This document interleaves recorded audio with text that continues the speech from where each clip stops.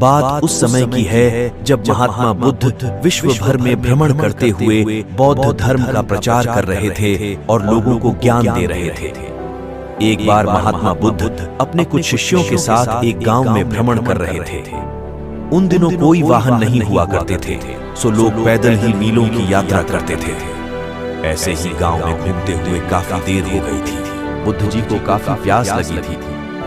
उन्होंने अपने एक शिष्य को गांव से पानी लाने की आज्ञा दी। जब वह शिष्य गांव में अंदर गया तो उसने देखा वहां एक नदी थी जहां बहुत सारे लोग कपड़े धो रहे थे। कुछ लोग नहा रहे थे तो नदी का पानी काफी गंदा सा दिख रहा था। शिष्य को लगा कि गुरुजी के लिए ऐसा गंदा पानी ले जाना ठीक नहीं होगा। ये सोचकर वह वापस आ गया। महात्मा बुद्ध को बहुत प्यास लगी, इसीलिए उन्होंने फिर से दूसरे शिष्य को पानी लाने भेजा। कुछ देर बाद वह शिष्य लौटा और पानी ले आया। महात्मा बुद्ध ने शिष्य से पूछा कि नदी का पानी तो गंदा था, फिर तुम साफ पानी कैसे ले आए? शिष्य बोला कि प्रभु, वहां नदी का पानी वास्तव में गंदा था, लेकिन लोगों के जाने के बाद मैंने कुछ देर इंतजार किया और कुछ देर बाद मिट्टी नीचे बैठ गई और साफ पानी ऊपर आ गया। बुद्ध यह सुनकर बड़े प्रसन्न हुए और बाकी शिष्यों को भी सीख दी कि हमारा ये जो जीवन है ये पानी की तरह है।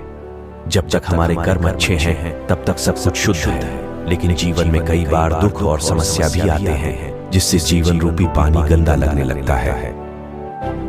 कुछ लोग पहले वाले शिष्य की तरह बुराई को देखकर घबरा जाते हैं और मुसीबत देखकर वापस लौट जाते हैं। वह जीवन में कभी आगे नहीं बढ़ पाते। वहीं दूसरी ओर कुछ लोग जो धैर्यशील होते हैं वो व्याकुल नहीं होते और कुछ समय बाद गंदगी रूपी समस्याएं और दुख खुद ही खत्म हो जाते हैं।